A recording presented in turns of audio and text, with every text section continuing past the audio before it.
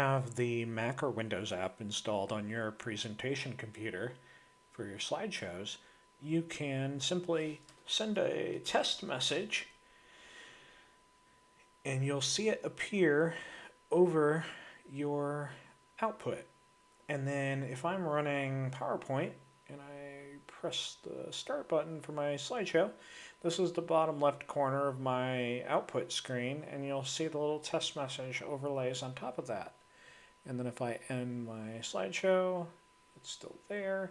This also works for apps like Apple's Keynote or ProPresenter.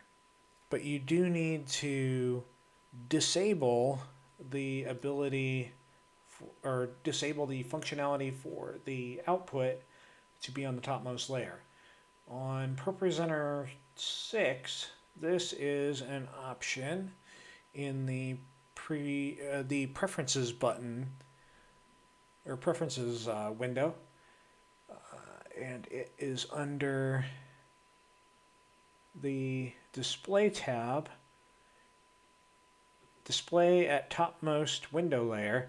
You want to turn that off, and that prevents ProPresenter's output from covering everything up, because we want to allow our app, the Pager app, to slip in there on top of it.